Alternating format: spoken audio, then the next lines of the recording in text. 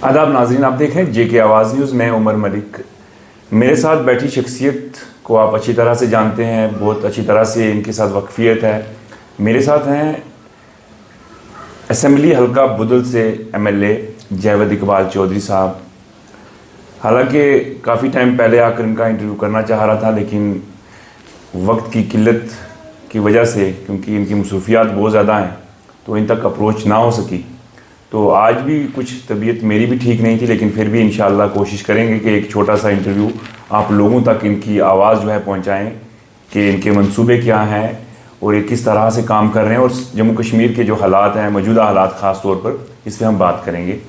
जावेद साहब, सबसे पहले आपका जो है खैर मकदम है हमारे चैनल पे। शुक्रिया बहुत बहुत।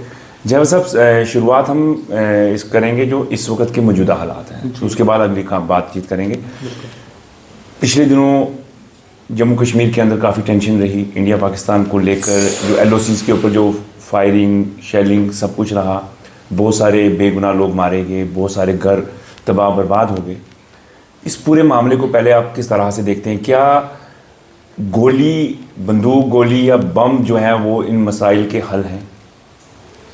देखिए, कन्फ्लिक्ट से तो कुछ हासिल नहीं होता है, और जितनी भी जो कन्फ्लिक्ट रहे हैं हिस्टोरिकली, अगर हम वर्ल्ड वाइड देखें, कहीं कहीं 200-200 साल कन्फ्लिक्ट चला है, 400 साल चला है। उसके बाद बातचीत से ही वो मसले हल हुए हैं।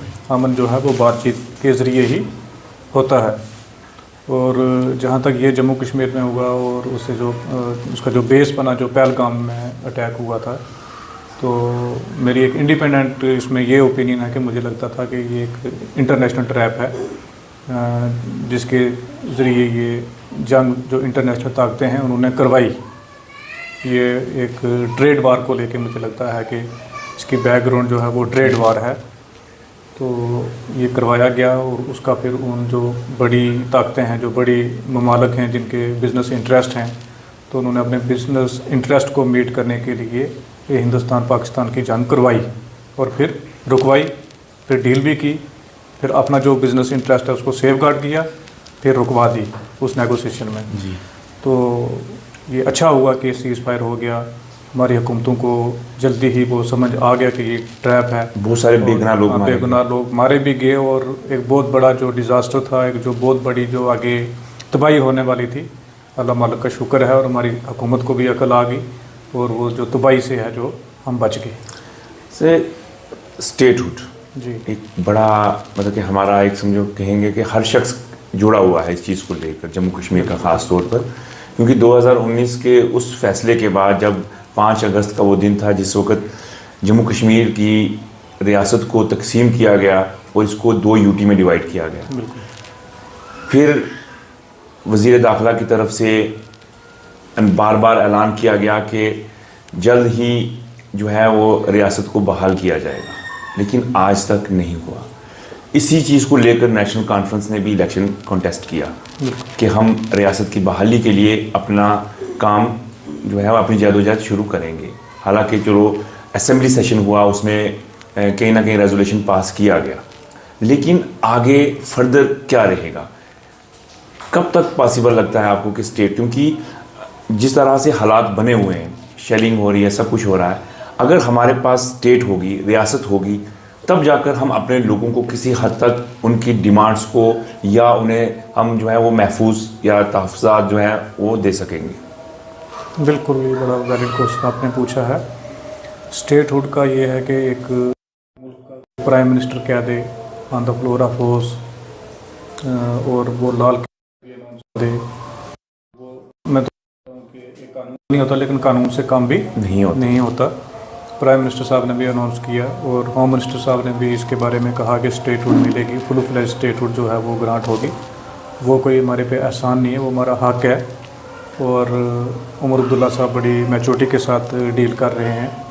वो कोई ऐसी बात नहीं करना चाहते कि जिससे कल लोग ये कहें कि नहीं जी इन्होंने नादानी की थी, इन्होंने कोई इमैच्योर स्टेप उठाया था और उसकी वजह से ये हो गया।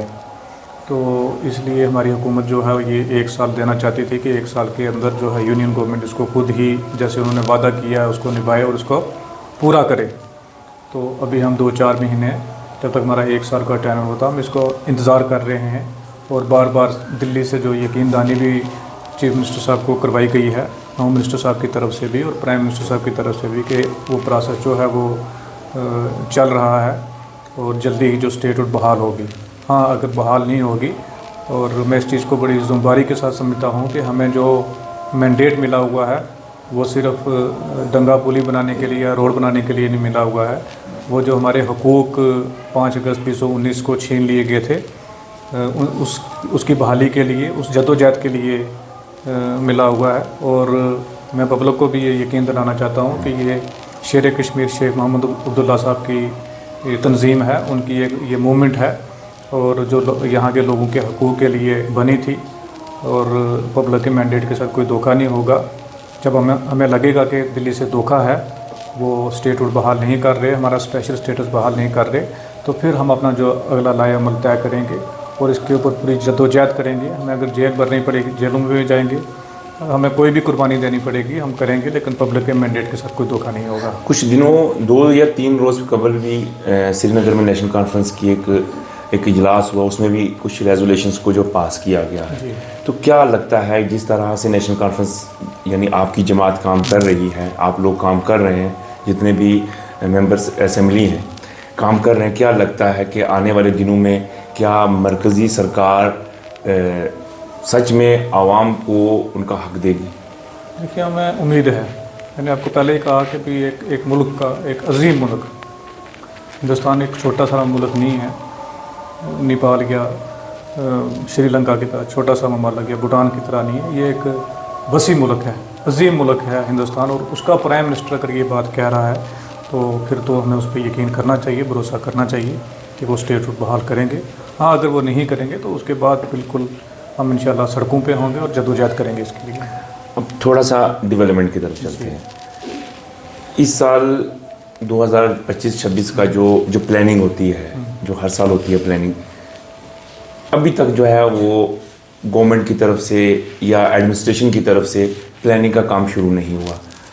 हर साल अगर हम देखें तो जून या जुलाई तक जो है वो टेंडर भी शुरू हो जाते थे प्रोजेक्ट्स के, वर्क्स के, लेकिन इस बार जो है अभी तक प्लानिंग भी जो है वो स्टार्ट नहीं हुई है। तो इसमें आप क्या कहेंगे, क्या कहाँ चूक हो रही है? इसमें यह है कि एक तो यूनियन गवर्नमेंट की तरफ से डिलेड फंडिंग है, फंड्स वहाँ से रिलीज़ नहीं हो रहे हैं, और ये हमारा पहला प्लान है हमारी गवर्नमेंट का कि इसके पीछे जो टाइम गुजरा है 6 महीने, इसमें हमारे पास कोई काम नहीं था। वो तो पिछली एलजी हुकूमत का प्लान बना हुआ था जी। और आज भी जो है पिछली लाइबिलिटी बहुत ज़्यादा है। जैसे एक डिपार्टमेंट है स्पोर्ट्स डिपार्टमेंट, उसको तकरीबन 45 करोड़ का उसका बजट है। 45 करोड़ में से तो 28 करोड़ की तो पिछली लाइबिलिटी है। वही ऐसे सभी ऑलमोस्ट सभी डिपार्टमेंट्स में ये है कि पिछले 10 साल की जो लाइबिलिटी वो बहुत ज़्यादा पाइल अप हो गई हुई है। ऑलमोस्ट 70% जो सपोज बजट हमारा है, अगर 100 रुपया है, 100 रुपये में 70 रुपये जो हमारे पास पिछले सालों की लाइबिलिटी है, वो लाइबिलिटी क्लियर करनी है। तो फाइनेंशियल कंडीशन जो हमारी यूटी की यहाँ ठीक नहीं है, और यूनियन गवर्नमेंट की तरफ से भी इतनी लिबरल फंडिंग नहीं हो रही है। लेकिन फिर भी जो हमारे पास मिनिमम रिसोर्सेज हैं, उसमें हमारी कोशिश रहेगी कि हम मैक्सिमम काम करें और अच्छा परफॉर्म करें और जो ग्राउंड पे तब्दीली ला सकें। क्या लेफ्टिनेंट गवर्नर और वज़ीर आला के बीच दूरियां हैं, या उनके बीच जो है वो आपस में कंप्रोमाइज़ तरीके से काम नहीं हो रहा है? क्योंकि यूनियन टेरिटरी है फ़िलहाल, इसमें जो है वो मेजर रोल जो है वो लेफ्टिनेंट गवर्नर का होता है। तो कहाँ पे आपको लगता है कि चूक हो रही है? देखिए, सीएम साहब तो बड़े पॉजिटिव नोट पे ही हैं। वो वक्तन फ़वक्तन एलजी साहब से मिलते भी रहते हैं, और एलजी साहब बड़ी पोस्ट के ऊपर हैं, तो उनका जो फ़र्ज़ बनता है, जो उनकी जो ज़िम्मेदारी बनती है वो ज़्यादा बनती है कि उनकी तरफ से भी वैसा ही होना चाहिए हर एक इशू पे जो। लेकिन मुझे इतना कोई बड़ा क्राइसिस इनके बीच दिखता नहीं है। कहीं ना कहीं कोऑर्डिनेशन है, क्योंकि जो सीएम साहब के डोमेन में जो काम है उसमें एलजी साहब की कोई इंटरफेरेंस मुझे आज तक नहीं दिखी। सर, जेजेएम को लेकर काफ़ी शोर शराबा, कमेटी भी आप ही की गवर्नमेंट ने कमेटी भी जो है वो फ्रेम की है कि जेजेएम के अंदर जो शोर शराबा है उसको थोड़ा सा चेक किया जाए, सुपरविज़न की जाए। तो आपकी कॉन्स्टिट्यूंसी है, क्योंकि एमएलए चाहे आप 6 महीने कबल बने हैं, लेकिन आप उससे पहले बीडीसी हैं, या उससे पहले आप बुदल के ही आप बसनीक हैं, वहाँ के रहने वाले हैं, तो क्या लगता है आपको जो जेजेएम को लेकर या जल शक्ति डिपार्टमेंट को लेकर जो ओवरऑल शोर शराबा है, ये कितनी हकीकत है? क्या आपकी कॉन्स्टिट्यूंसी में किस तरह के काम हो रहे हैं?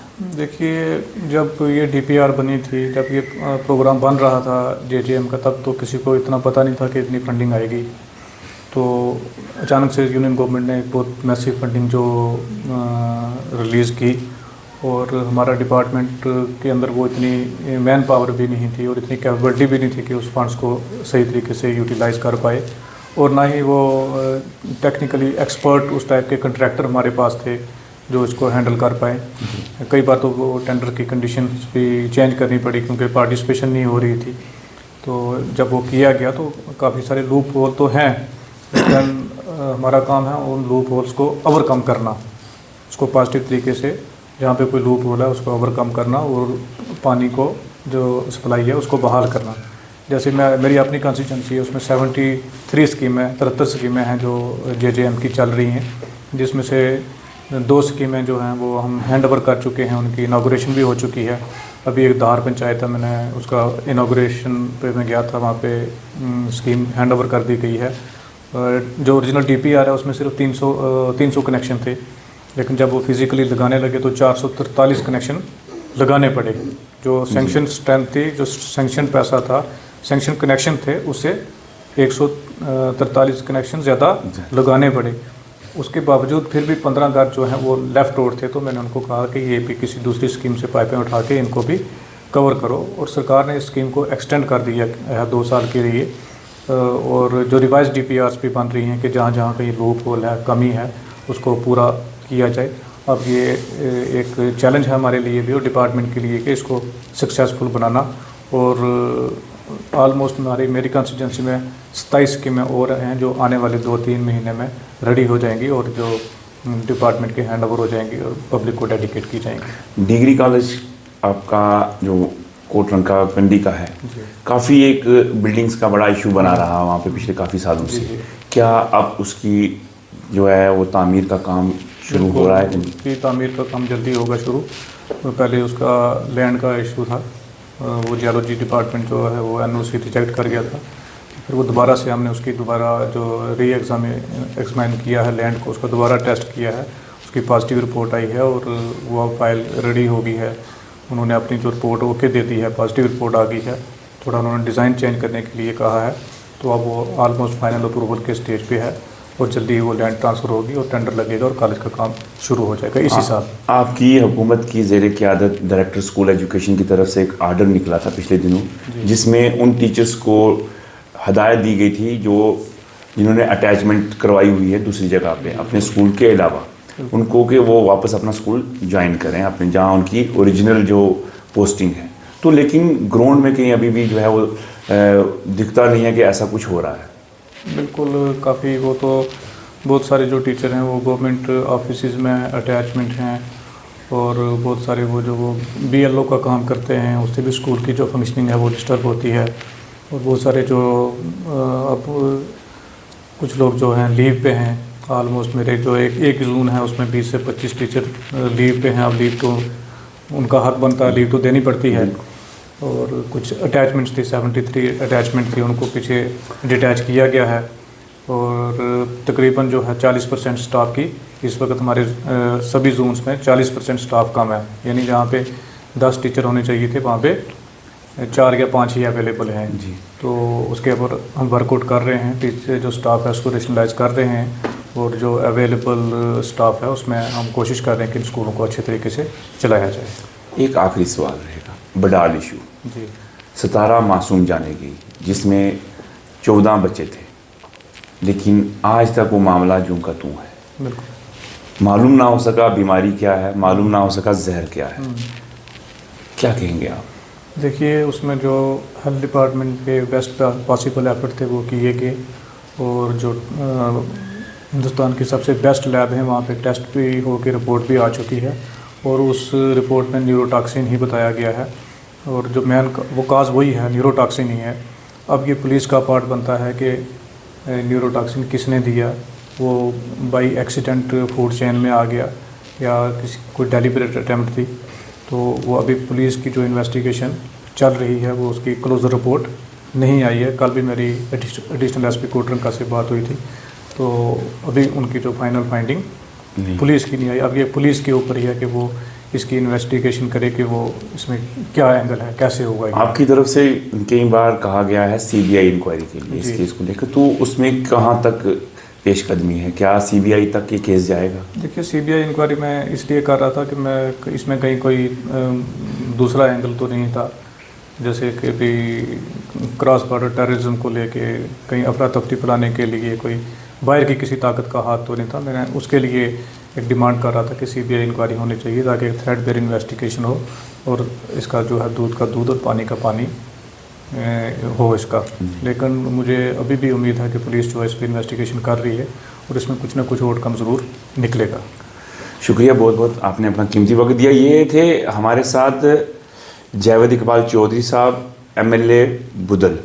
इनसे बात की कुछ डेवलपमेंट के बारे में, कुछ जो इन दिनों में जो हालात बने हुए हैं स्टेटहुड को लेकर, हर तरह से हमने इनसे बात करने की कोशिश की है और उन्होंने भी बड़ा बेहतर अंदाज में उसका जवाब दिया है। और इंशाल्लाह इस तरह की अब मुलाकात जो है बार बार इनसे होती रहेगी और बार बार जो है सवाल जवाब हम करते रहेंगे ताकि लोगों तक बातें पहुंच सके कि जिनको उन्होंने बनाकर भेजा है, चुन कर भेजा है, वो करते क्या हैं, वो बोलते क्या हैं। तो इंशाल्लाह जल्दी नए मेहमान के साथ फिर से रूबरू होंगे। देखते रहें जेके आवाज़ न्यूज़। शुक्रिया आदाब।